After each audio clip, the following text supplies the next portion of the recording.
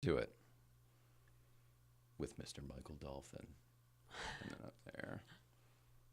What about the Mr. piece, your friend, Michael Dolphin?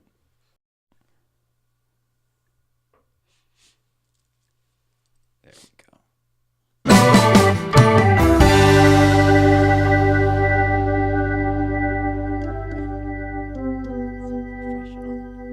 Well, we're trying to do what we can here, right? Oh, good morning. Hello, everybody. We are here with our good friend, Michael Dolphin. Hello there, Michael. Good morning. How you doing? I'm wonderful. I'm here. You're here? I'm here in this time and space. This is the perfect place for me to be. Okay. Well, that sounds good. Oh, absolutely. Such a good answer. Yeah. Good morning, everybody. It is Tuesday. Actually, good afternoon, I should say at this point. It is Tuesday, February 27th. We are here with Michael Dolphin. For anybody who doesn't know Michael Dolphin, beyond being a good friend of ours and what we like to call a Porsche family member, he's a very interesting individual who is, I like to say, an expert on a lot of subjects. And I say that because they seem to be subjects that I'm interested in. So anytime there's somebody who's into the same stuff I'm into, yet knows far more than me, they have my respect. So that's you. Well, I have the advantage of existence. There's some things you acquire by age. And so I have a little bit of that advantage. Not that you won't acquire the same things or have the same potential. It's just a couple of things. I was there before you were. Fair enough. Fair enough. You're so eloquent. Yeah. Well, tell us a little bit about, can we start with Porsche because that's how we met you? Sure. So can we talk about your involvement with Porsche? I know you're an instructor, but every time I see you at an event, you're with somebody else from either Porsche or from a different car club or just a different racing team or a different car designer, or you just always seem to be with a group of people. How did you get involved with Porsche?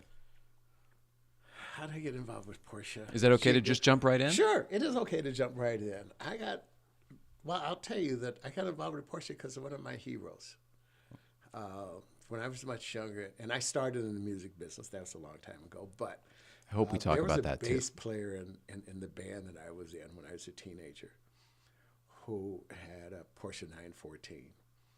And Tracy Wright, I always thought was the coolest dude on the planet. This guy would get out of his Porsche 914. And of course, at that time, it was a big deal. There are people who have different opinions about 914s these days, but nevertheless, but back in those days. And Tracy would get out of this Porsche 914 that was deep, deep, deep black.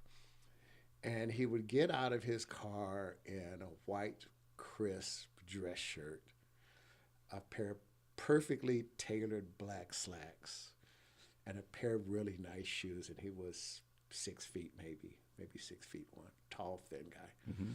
And he'd get out the car, and I'd just look at him, and older than me, several years older than me. And I'd look at him and say, that is the coolest dude on the planet. and I still talk to him. That is the coolest dude on the planet. I want a car like that. I want to be that guy. What color was it? It was black. Oh, wow. It was black. And Tracy was also an amazing bass player. Amazing. So you were already into this individual because of their talent, on their musical talent. Yeah. Sure. Yeah, and learning from everybody that I could and just having this opportunity to meet a lot of folks and, in different kinds of circumstances. But I always like cars, too. I always like speed. I always like mechanics because I like fixing things. I like taking things apart and putting them back together. And a million stories about things that I did when I was a kid, like we were in my mom's house for pulsating lights. Rewiring to the stereo. The house for pulsating. Consumer Electronics or Popular Electronics had this little kit that they published. Yeah. And back in the day, used to call them light bars. And you'd connect it to your stereo, and the lights would dance with your music. Yep. Well, Popular Electronics did a schematic of how you could build your own once. And I looked at it, I said, well, if we do this and we do that and we do the other, and I wound up connecting it to the fuse box at my mom's house so that every light in the house was doing it. Of course, I forgot about the refrigerator, the dryer, washer, dryer, that kind of stuff. So I got into really big trouble for that. But I always like doing things with my I'm hands. sure you got a beating for that. No, not quite. Not quite. I got If all the food in the freezer goes bad, oh my Well, it goodness. didn't go bad. You could just hear things going off and on and off and Oh, on. I see. Thought it was Okay. really cool. It's just, yeah. But Was this the equivalent of and I had a record player like this, with the disco lights on the front, yeah. essentially it would just kind of Oh, yeah. trance to the music, so oh to yeah, speak. They- Okay. they're just the lights would just dance to the music. So I always liked doing stuff like that when I was a kid, and when I finally started getting into cars and motorcycles, I started doing the same thing again. Admittedly, that when I finally got my own car and I started low riding, and until when I was still in high school, I was the only kid in the neighborhood that had an album record player in the car. You told me that, and I have so adopted that story. I always say who it is, but man, is that such a good story. It's upside down, right? Under No, the dash? 45s were upside down. Right. The 45s were upside down. That's and like they a used pressure jukebox, plates. right? Okay. They use a pressure on the arm to keep the arm in place, but the album player was just like a regular turntable, just on a lot of springs, the whole bit. But I had Miles Davis and Cannonball Adderley in the car when I was riding around and cruising, Man. which was just really cool. So That was before lowriders hopped around, though, right? No, we were hopping at the same time. Were we you just really? didn't do them at the same time. Not, of course, sure. Take your We precious didn't do 'em vinyl at off. the same time. Yeah, exactly. and I was too dumb to recognize it as precious vinyl then. Well, yeah, it was still it was yeah. just a consumer product It at was the just time. a consumer product, and it was so available. Like the old stories where you see people take pennies to the arm to keep the arm pressed down and keep from skipping, stuff like Oh, that. really? That was to, the wa- to weight? weight it, right? Yeah, to weight it, just make it heavier. Then it certainly didn't bounce, but that was then, and now it's like So every funny. piece of vinyl I have, I just have to I take it out, and you almost want to wear gloves when you put it on, just the whole bit. But that was now that it's scarce. But back to Tracy. And the So 914, back to black the music of 914. the 914. So I always had that picture in my head. So for years and years and years and years and years, and finally I saw a 68 912. I saw a 914 first that I bought that was really, really, really cheap. And I was like, oh my Lord, I can buy a Porsche. So I bought it. About 2 weeks later, I found out why it was so cheap when I was getting towed off the freeway. Oh, Because it stopped running, and then had to buy a second car to buy parts for the first car, and then that didn't go well, and then I wound up buying a 68 912. I wasn't going to give up yet, because the 68 912 was a whole lot like a Volkswagen. And Yeah. anybody could tell me a lot about Volkswagens at the time, and it just cascaded from there. wow. It was cascaded from there. Great.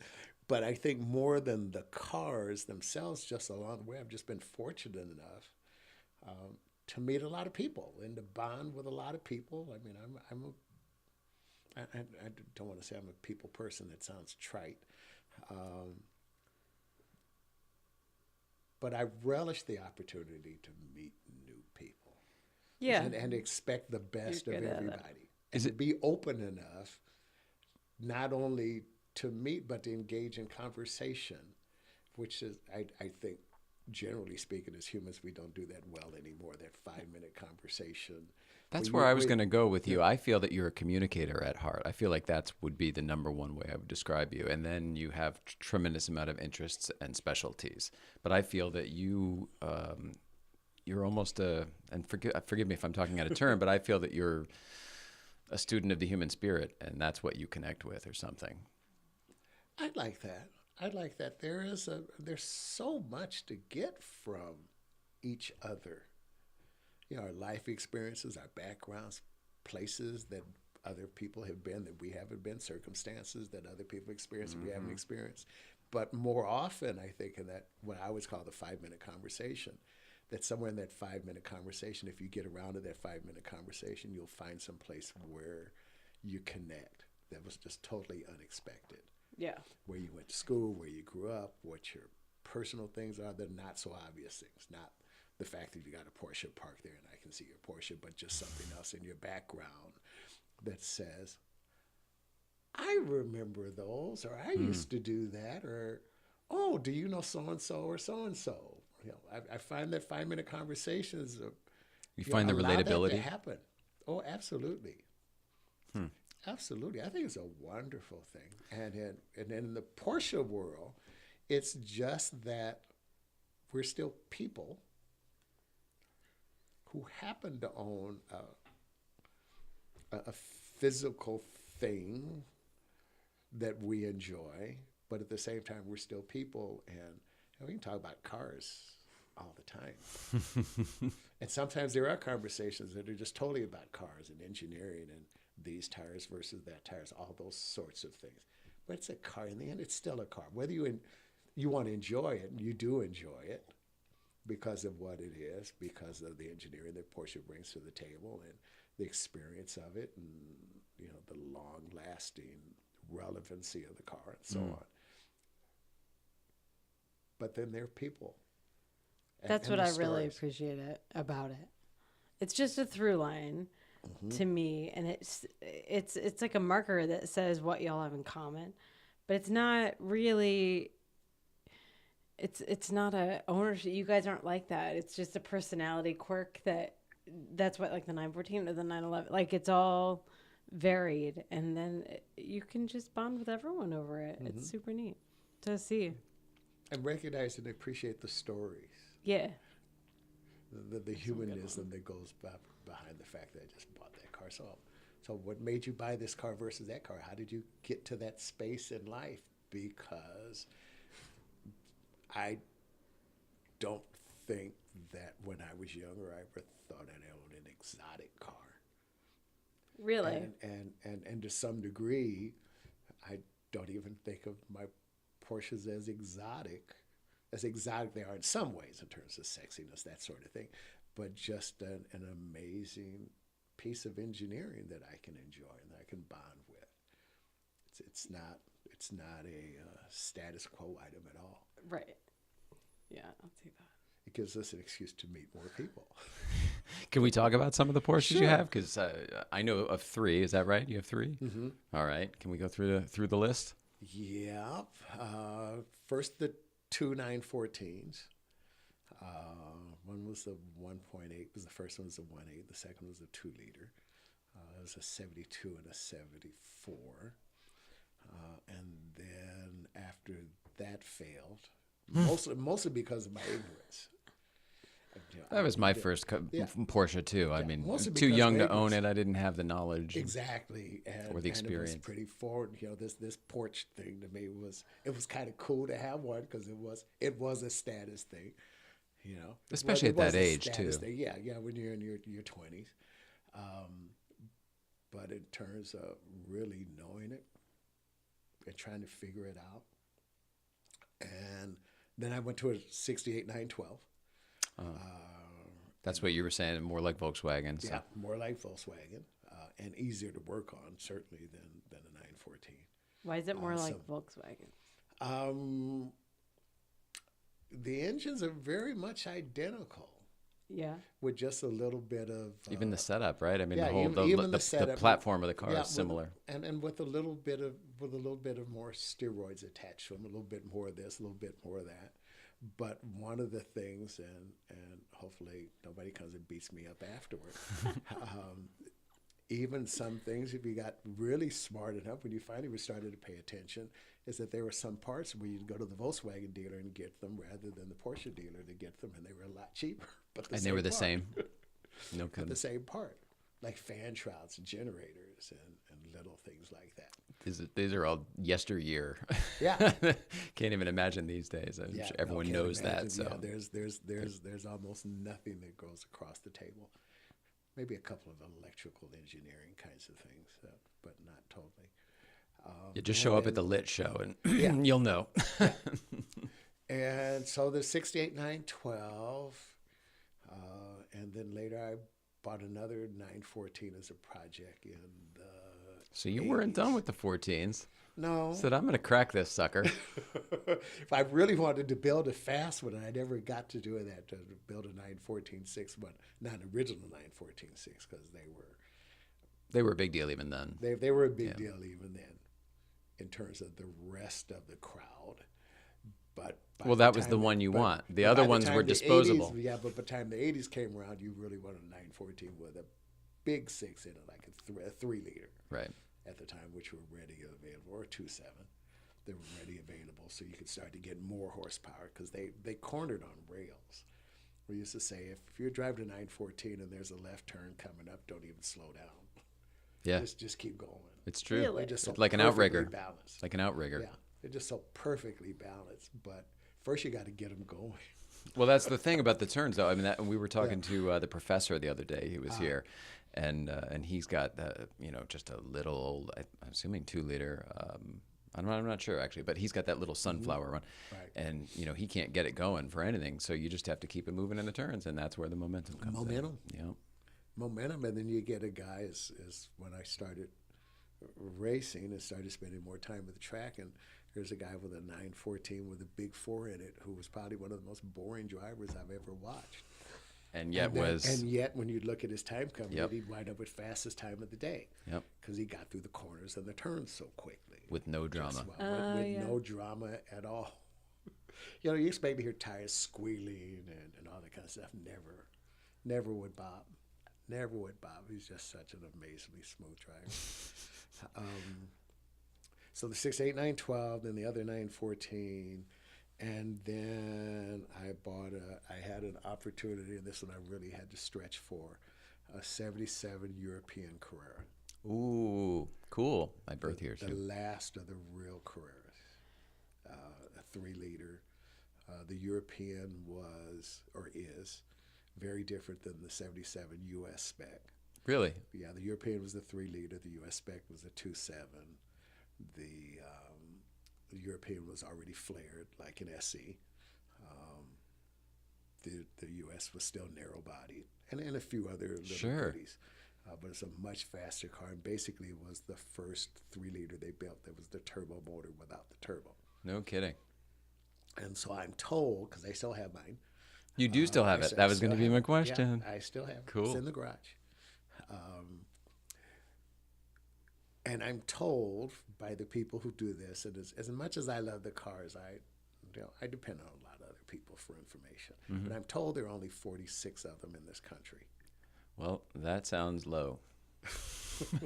Right? Yeah, because sounds pretty low to me. Well, one, to bring it here, it was worse than the gray market car because there was never an American equivalent.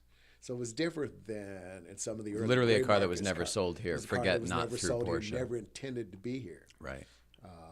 It's missing a few things. Like federalization. Federalization. So it was designed specifically to be in Europe? Designed specifically to be in Europe, and Porsche didn't want to bother with America. They had different plans for America. I wonder if that happens now. It's so interesting. Oh, Not yeah. anymore. You don't think so? Not anymore. Not as much anymore. There are a few cars from time to time. Well, But nowadays they're it's even more marketing. Now rare. they're specifically restricted from certain areas to drum up. You know what I mean? They'll launch a certain car in this region so that it's limited there, and then they'll launch the same car with a different color or with livery, whatever, the different calibration perhaps. So it seems to me like it's almost more marketing driven these days, but it does seem that it still happens. Driven these days. One, because it keeps values up. To have Right. one of these cars, if you look at some of the cars that have been done over the years, are extreme. It's even hard to imagine. For the PCA Club Coupe, for instance, they did 60 cars, and 60 cars, it's a nice number. Yeah.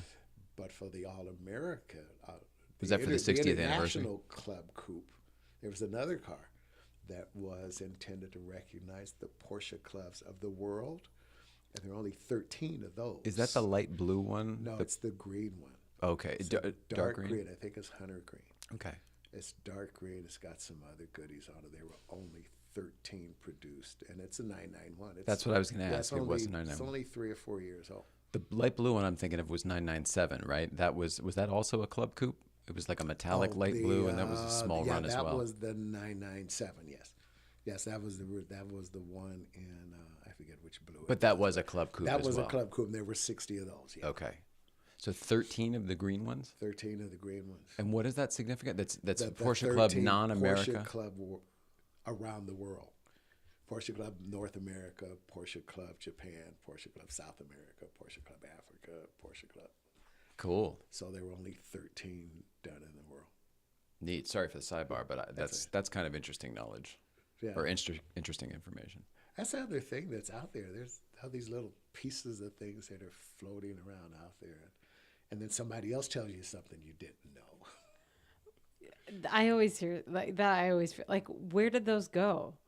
Like, this to me sounds like they're creating collector's items for like our kids. Like, you know what I mean? Like, totally. Mm-hmm. So, which is awesome, but like that's a different kind of marketing in and of itself. True, and then it also depends on the owner. I know where one is, and I know the owner of one who lives in Santa Barbara, and I've seen the car 5 or 6 times, which I'd never expected to see. I'm surprised. The first time I went. International, because there's certain things that you know because you've read articles, you've seen. That couldn't be. And 1 of 13 is really rare when it comes to new cars. And then some of the older cars, like a 911R, where there are only 20 of them, and a few of the other cars with just very, very few of them because of the size of the company and their production capacities at that time. And so, yeah, you could see some of those are cars that were being homologated for racing, where you have to build X amount before you can build a racing version of the same car. This is the shit that people don't know about. Like, really. Regular Joes. Yes. So you guys just talk like it's common knowledge, and everyone gets that. And I'm like, let me write notes down. That's why you're here. Thanks for slowing it down and like getting it to like we can actually deal with these issues that people don't know about. It's just so interesting as an intellectual. I like to fancy myself that I know things, and so to realize how much is out there that's so commonplace to people that I have no concept of, and shit that affects my daily life. Like, I've owned cars prior to knowing you. Like, it's if I had any of this knowledge, I would have made way different decisions. If I'd had any social awareness, I would have made way different decisions too. But it's so interesting to hear about. Because I feel like the story about the 13 cars I'm going to hear for 40 years if I'm alive. Like, that's so neat. There are these little factoids. They're all over the place that, among a lot of other things. And I feel like it's almost becoming like sports stats. Do you know what I mean? Like, I'm not into sports at all, if you couldn't have guessed. But whenever I do watch a sporting event, I'm just taken by, they're making every moment seem more important by statting it out. And I feel like that's kind of what's going on a little bit in the car community these days, where I've got the only puke yellow. Like, yeah, bro. Nobody wanted that, man. There is a lot of that. There are researchers out there. Now, I learned from the researchers. I can't say that I've learned any of these things on my own. And I've had some really wonderful mentors and some really wonderful friends. Bruce Anderson turned out to be a really wonderful friend. Bruce Anderson is the guru of 911 motors. I mean, Bruce wrote the book and did a lot of technical articles, did a lot of technical writing for a lot of magazines. Was personal friends with Dr. Ferry Porsche, and one of the most knowledgeable Americans around Porsche, just totally. And so I knew about Bruce because I read his books. I have his books. And then one day I got a chance to meet Bruce, and I don't know, well, 2 things happened. One, we were in Hershey, Pennsylvania. And just in conversation, Bruce's wife, Stephanie, who's still a great friend, and Stephanie mentioned something about looking up some places for dinner. She had dinner recommendations. Now, they're from Northern California. We're in Hershey, Pennsylvania. And Bruce's wife, just in conversation, mentioned something about dinner. And I said, that sounds like a really great place, and we'll try that. So we found out this little place, a little small city town, not even a city town outside of Hershey, Pennsylvania. And we were talking, and they were there. We weren't with them. I didn't know them that well, but they were in the restaurant at the same time. And as we were leaving, we did come together as we were leaving, and something came on the radio. They had, music in the background. It was an old Duke Ellington tune. And Bruce said something about it, and I looked at Bruce and I said, "Oh, you know a little bit about jazz?" He said, "Of course I know a little bit about jazz." We became best friends immediately. Yeah, that's all it takes. Immediately. You guys have that. The 911, the Porsche guru, the 911 guru, the guy who wrote all these books on Porsche and everything else. And that 5-minute conversation in jazz came up. We became instant buddies. Sometimes we didn't even talk cars, which a lot of times we do now when you're with friends. And what I learned from Bruce on both ends, music, we used to have music conversations, we used to have car conversations, and, and I already had the 77 then. And there were things that were just not published about the book. I had to ask somebody like Bruce about the That's car. cool. In fact, if you look the car up now, the car doesn't even register in the United States. Because it was Not never at all, because available. it was never here? It was never here. That's neat. Yeah. And finding That's neat. information about it is difficult. It's like knowing liner notes that don't exist anymore. Yeah, or the stories behind them. Yeah. Yeah, which is my favorite thing about LPs. Mm-hmm. Getting the Really? inside Since I'll have that scoop. word, I love LPs because I've in my LPs I've read every single liner note, Wow. Really?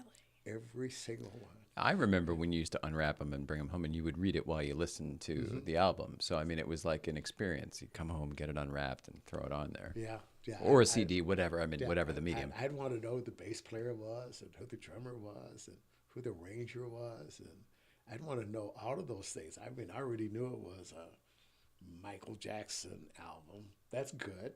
But I want to know who the rest of the guys were who contributed to that entire thing. I think that's why I love you. Like, you're so inclusive of the whole team that it takes to collaborate to make something awesome. That's such a rare... I find that to be a rare thing, but And it applies in so many different ways. The whole team concept to making this incredible record or building this incredible building. I mean, we look at so many buildings and so many things where there's a name attached to it. And, well, I won't pick on Frank Larry, but, somebody like a Frank Larry designed building, and he gets a lot of credit for a lot of the buildings he's done and so on. Yeah, but who did the plumbing? you sound like Angela, who was just on yesterday. I love it. Who did the metal work? Right. We're the craftsmen behind all of this. Yeah, we're the craftsmen behind all of this. All those things that they don't always get credit for. I mean, just the beauty of their craft. This one thing, say, "Oh yeah, I want this to go squiggle, and then I'm going to do it." Okay, let's see you do it. So it's like, yeah, I like the idea, but you've got to find the craftsman that can turn that into something physical, something real. It's the hard part. Yeah, all of those things, whether it's a car, or a building, or any of those kinds of things where a team comes together to make it happen. The greater good. That's me versus the greater good. I love that. Did we get through the list? We're still at 77, right? The 77. Yeah, it's hard to get through this because we're tangential thinkers, Well, no, and I get it. Sometimes I say, "Why are you doing Porsche?" I say, "Because I don't golf and I don't have a dog." So I spend more time with Porsche, and I spend as much time with music. So at the 77, I still have, and then later I bought a 996. I bought a really early production 996. I was able to get at a very nice steal. Is that your I blue still one? have that car. That's the blue one. Yeah. I still have that car. It's built in September of '98. It's just a low serial number, and I'm on a mission because the car has not been a problem. I had a transmission problem with it that got resolved, but I haven't had any major problems with the car, and it's got 150,000 miles on it now. I love it. That's a lot. I love it. It's a lot. For that kind of car, it's a lot. It's not like a... It's a lot to get through with some of the history and so on. And I love how we're not saying the two things mainly that it could be. It's almost like a no hitter. You don't want to talk to the pitcher. Yeah, we're past that. We're past that issue. But I'm always determined just to see how far I'm going to be able to take it before it really needs something major. And some of well, you should get it done now before it breaks. I said, I want to see how long it's before it breaks. It's going to cost me either way. So. Right. Do you So take it out? Do you take it out? Like, do Oh, you yeah. take it on trips and stuff? Oh yeah, I take it on trips and stuff. I don't mind jumping into it and doing a 2,000-mile round Say trip. half the time we're out with you, you've got that car. I would Yeah, say. about half the time I got that car. Yeah, I remember, yeah. so And apologies. then the last car I bought was a 2015 Macan, Porsche Macan. It was Which really would be your daily driver, I which guess. is primarily my daily driver. I retired a couple of years ago, and That's I the no longer SUV had one, a yeah. 4-door. Okay. And when I was working, I had a 4-door. I had a company car for years. Oh, wow. And so it was good just to have Porsche 2-seaters or 2.5-seaters if you count the back seat for when the kids were little. But it's like, oh, I need something practical. And my friend Pete Stout had already written a couple of articles about the Macan, and he wrote one article. They had test drove it. He had all these recommendations, and so I said, I'm going to buy a Macan. So I went and drove one myself, and I said, but it doesn't have this. So I spec'd it exactly as Pete suggested, and I still tell Pete to this day I still need to send him a bill. I thought you bought that car for the sound system. No, That's what I thought. No, the sound system is one of those arguable things. I want it to sound good, but I like hearing the car. I'm such a fan of the Macan. In fact, I think it's the only new Porsche made that I would buy. Does that make sense? Yeah, it does make sense. In the weirdest way, and people look at me like I'm nuts when I say this, but I think you and I have had this conversation, and I think that you may see eye to eye with me. I think it's the most 911 driving car that Yes. Porsche makes today. And that's a weird, bold statement because I'm specifically talking about the 911, or I'm specifically applying it against the 911. It's a car that somehow, if you want to, you can rotate. Yes. And that's delightful. That's true. It feels more like my older car than my newer car. Yeah.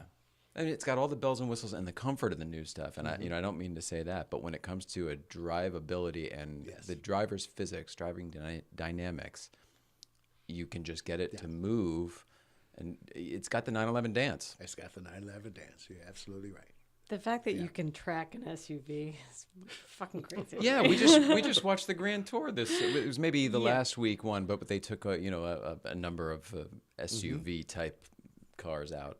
But just as a layman, like that's not logical. And to have it be the highest echelon of cars, like it's not a Hyundai, like, Yes. and yay for Hyundai, but like you shouldn't, I don't feel like the car I want to be like soccer mom-esque, like I shouldn't be able to like tour that around a track for speed. It's just awesome. Yeah, it does. And it is very practical without being over practical. Yeah. Yeah, I can get a fair amount of groceries, but a fair amount of groceries. But you can still break the ass loose if you want to. Exactly. Yeah, and when you compare it with a couple of the other choices, where they are bigger and they're more of trucks on steroids rather than a car on steroids, it does feel more like a car on steroids in terms of size and a little bit more added to the car, rather than starting with something big and then just going, well, let's do this and let's do that and other. Certainly the weight, the transfers of the weight, all those kinds of things. And it is fun to drive. That goes pretty far. Like it just the sheer discussion of the concept of building a car from the ground up, which is I feel like what Porsche does. Like they haven't changed the base of a lot, so Right. it's just like how do we make that better or to fit what people want sometimes. But Yeah, kind of purpose building the car Yeah. from day one, yeah, rather than taking a car that was built and then doing something. Then after speccing it the out to fact. make it for something else. After, after Yeah. the fact, like a couple of the other manufacturers do with, and I don't want to pick on anybody, with companies like AMG and Denon. They have that specific tuning companies that Mm-hmm. they send their cars to that then they remake their cars essentially, right? Yeah, like TRD, Toyota Racing, all of Exactly. those. They have different divisions for.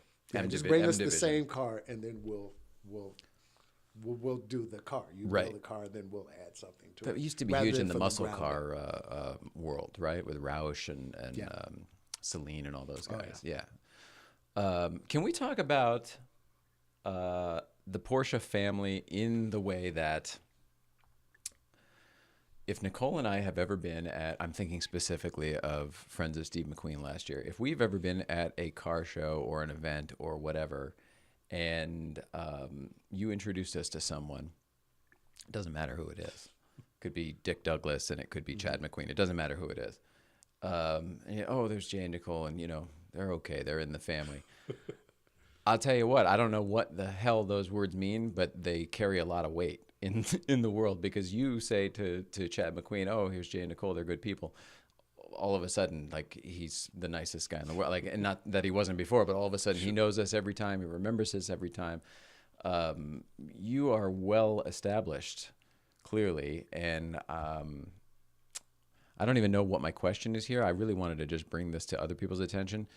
In a weird way, and it's probably going to make you uncomfortable, you're a little bit kind of like Porsche royalty, at least in Southern California. Does that make any sense to you at all? Does that make you uncomfortable? It doesn't make me uncomfortable, I appreciate the compliment. I guess what I'm saying is you command a tremendous amount of respect, whether you realize it or not. Thank you. I do appreciate that. I think personal integrity has a lot to do with it. Like, if I tell someone that you guys are really special, then I believe it.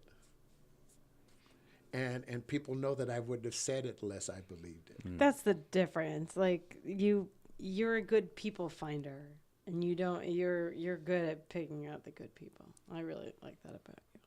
And that implies a certain amount of trust. Yeah. That people trust you to be real in what you do. Later on, I don't know, I won't even talk about the negatives to that.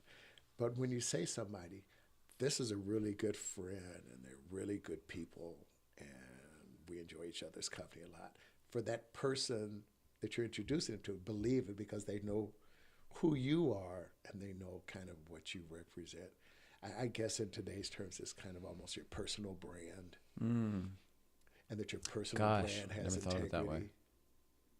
And that's really, really important, I think, in all ways, for people to believe that you mean what you said, that you just didn't say it, but you mean it, and that you believe in it, and that you stand up for it.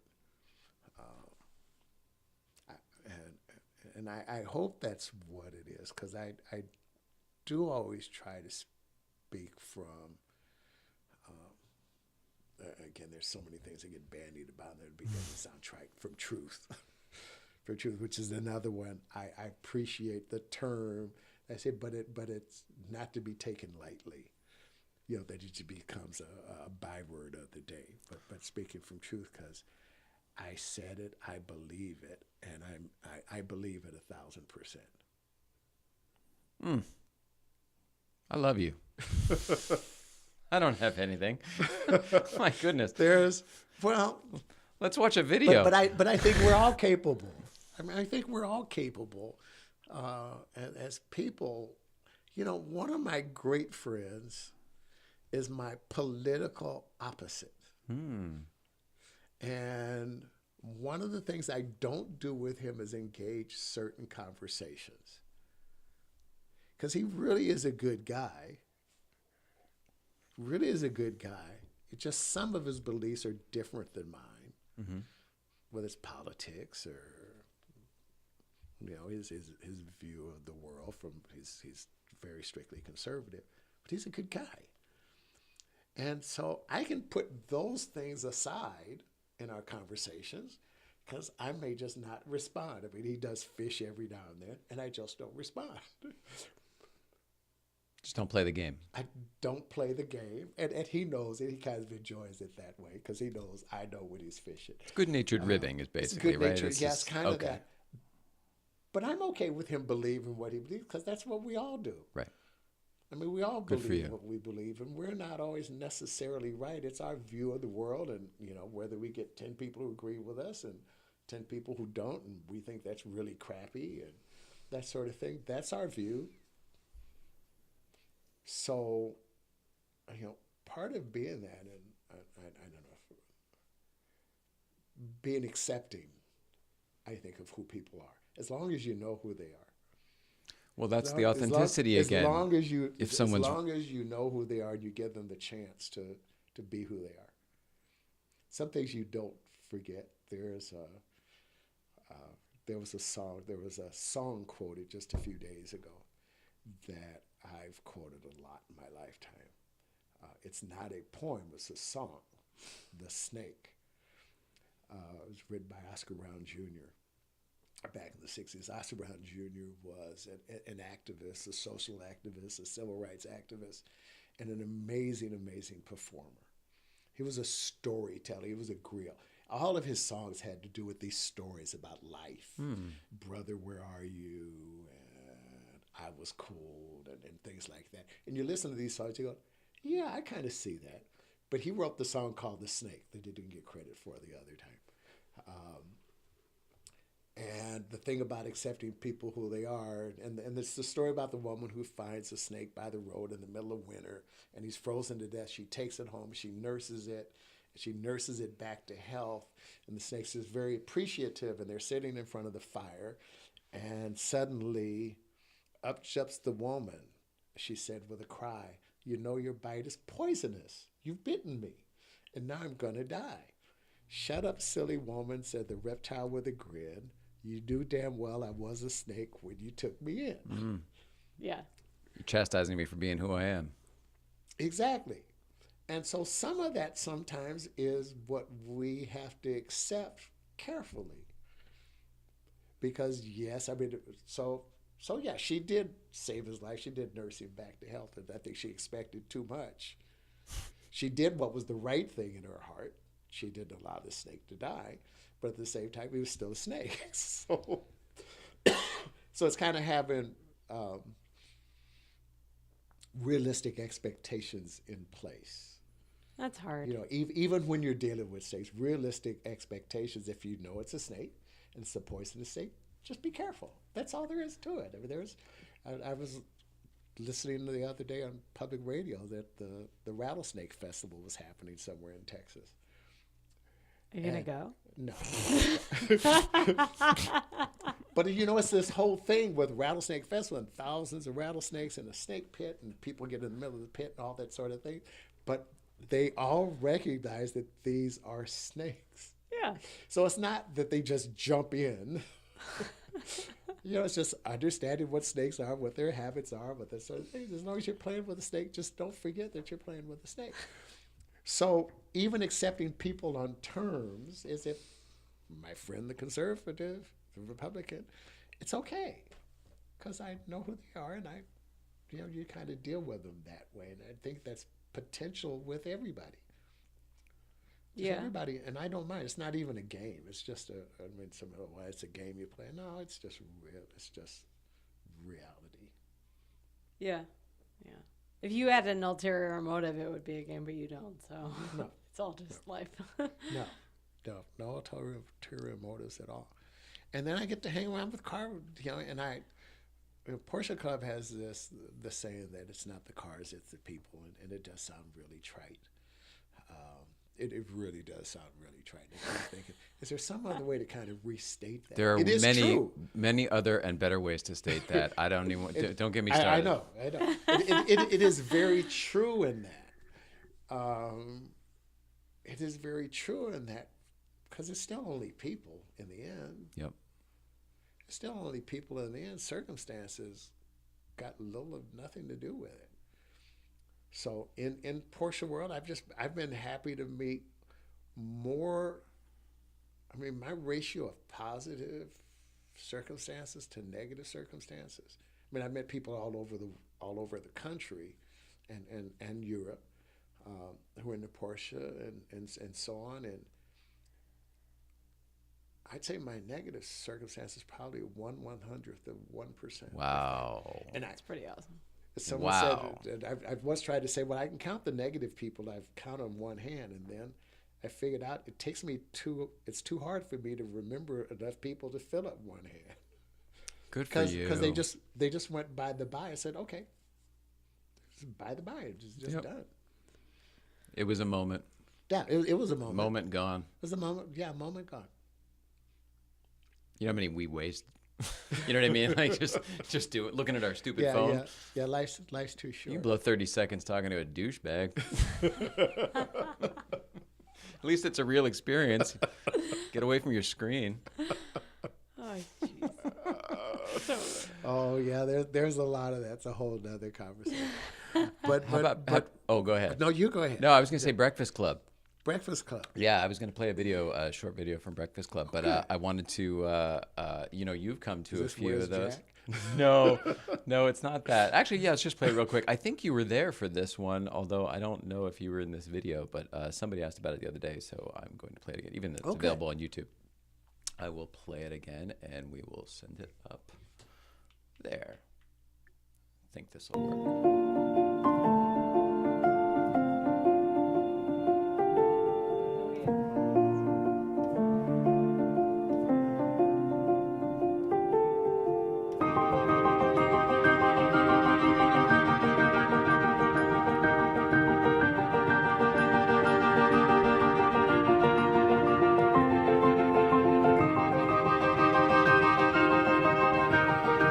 It's all official. Derek, leave your keys. So Derek, you want my keys? Yeah. Good luck, George. You're clear. Have fun, guys. Yeah. Derek's out with George. Just saying. Congratulations, 356 drive. There you go. Oh, I love those people. That's good stuff. One of your greatest videos. You know what I think we realized that unintentionally, one of the reasons I think that's is again, need a podcast producer. Let's say it again. It reminds me of Up. The music reminds me of Up, and the storytelling, the way I did it, it was kind of. We had just watched Up like a couple weeks earlier, and I think that unintentionally that was my. There was definitely some influence there, I think. But Definitely works. aw, thanks. Yeah, we should mention Derek Whitaker, obviously, and George Shark Boy. I know, Puck. I On never. I don't want. Instagram? Yeah, I don't. I'm gonna destroy his last name, but man, he's awesome too. In fact, I think we're gonna have him come on the podcast. Oh yeah. Yeah. I hope so. Okay, good. I hope so too.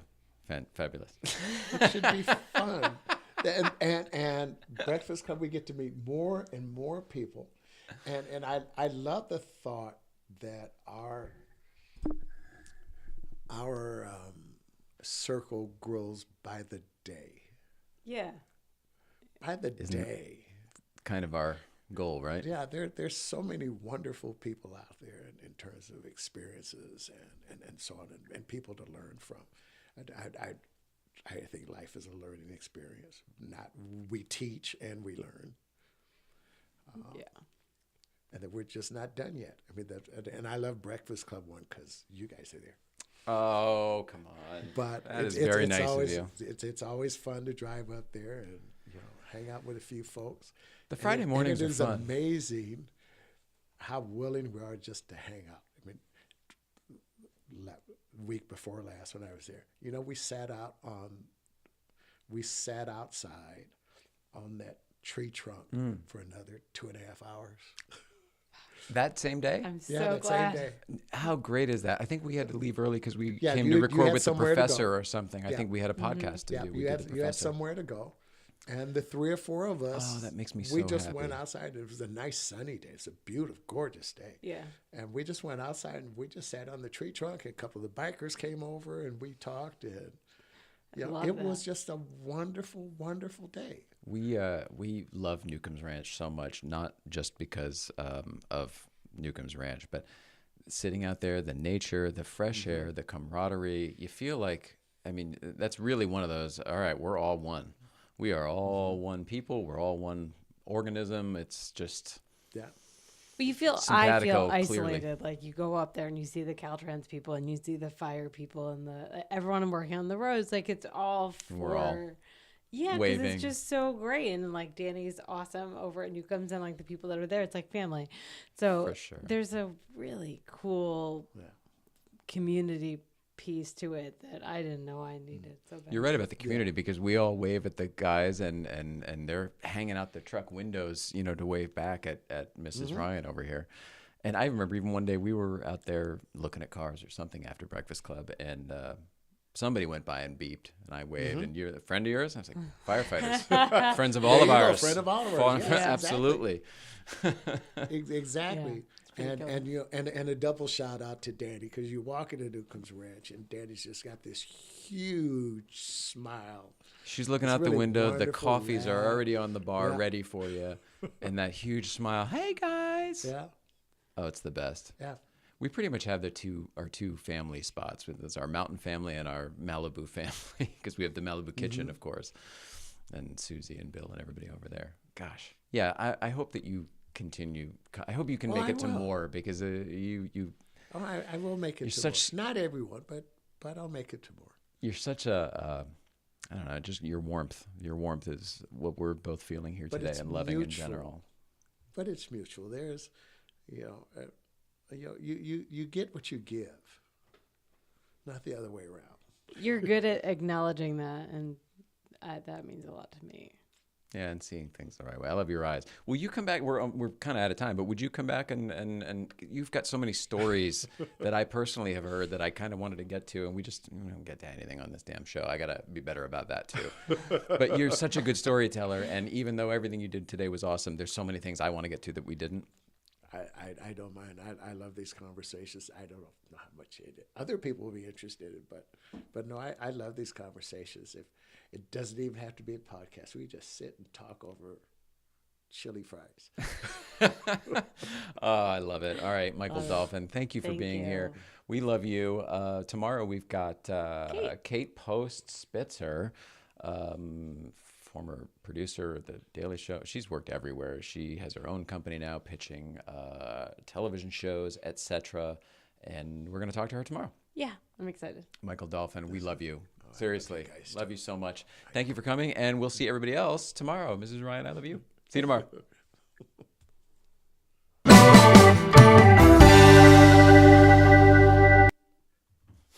Figure it out. One of these days we'll get it. There we go.